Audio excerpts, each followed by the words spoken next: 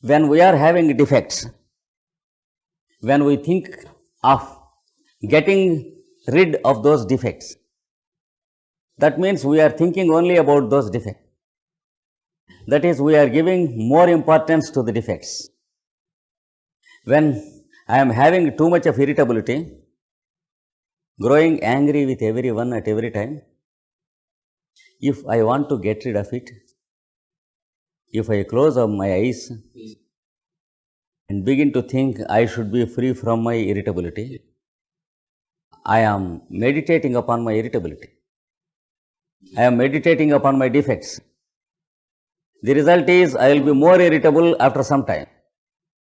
Whenever we begin to think of our defects, whether we like something or dislike something, both the processes result in thinking of that particular thing more acutely.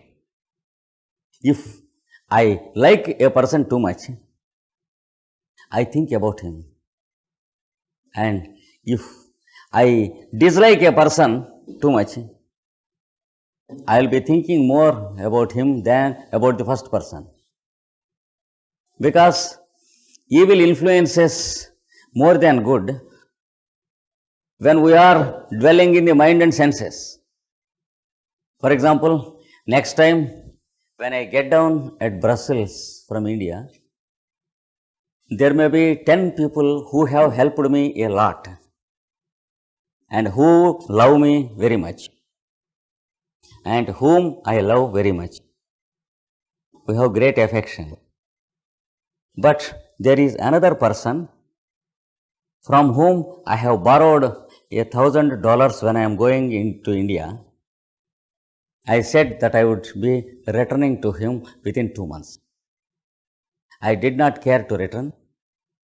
I did not write to him any letter. When he wrote to me, I did not reply. That person is also there in Liège. Once again, when I get down at Brussels, who comes to my mind first? Is it the affectionate 10 people? Not at all. First of all, I will look round if the 11th person is there. So, when we are dwelling in the mind and senses, it is the evil one that dominates our mind more powerfully than the good one. Always something about which we are unhappy will make us think of it more than your best friend. So, no good if we try to get rid of them mentally.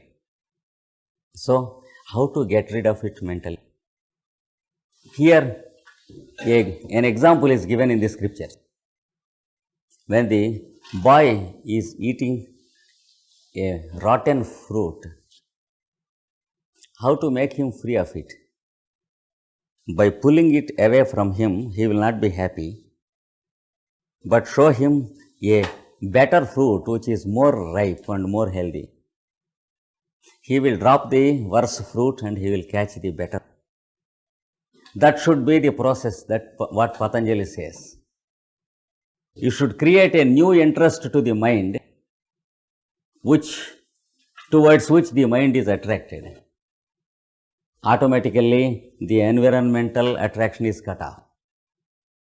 Create a new nucleus of attraction, which is of a desirable nature. For example, good music, good painting, anything that attracts your mind and anything that is conducive of progress. Here, fine arts come to your aid. Fine arts. For this reason, nature has given us the fine arts. So, this is what is called vairagya or detachment. If you make an attachment towards something towards which the mind is attracted and with which no attachment is possible, then the previous attachment towards the habituated environment is neutralized. Create new interest to the mind for a thing which creates no attachment. Suppose music is practiced by a yogi. He cannot make misuse of music. Instead, the sound of this harmony of music attracts him. His mind begins to dwell with the music more and more time daily until his previous addiction is dropped off.